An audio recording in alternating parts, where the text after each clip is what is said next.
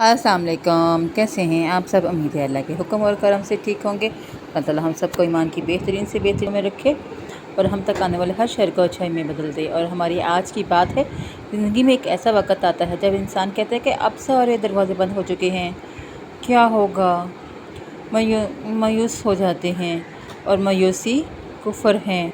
ये अल्फाज को मायूसी के हैं कि ये क्या होगा, तो मायूसी तो कुफ़र है। कुफ़र हमेशा अल्लाह ताला से हमें दूर करता है। अल्लाह इस शख्स को आज़माता है जिसे अल्लाह ताला अपने करीब लाना चाहता है। तो फिर हमें ये मालूम होना ज़रूरी है कि जो हो रहा है अल्लाह की इजाज़त से हो रहा है।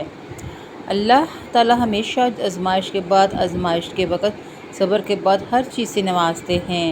जिस चीज़ की आप तलब रखते हो और जिस चीज़ की ख्वाहिश आपको आप आपके दिल में रखते हो, अल्लाह आपको सब्र के बाद वही शे अता करता है। लेकिन अल्लाह पर यकीन लाज़मी है। अल्लाह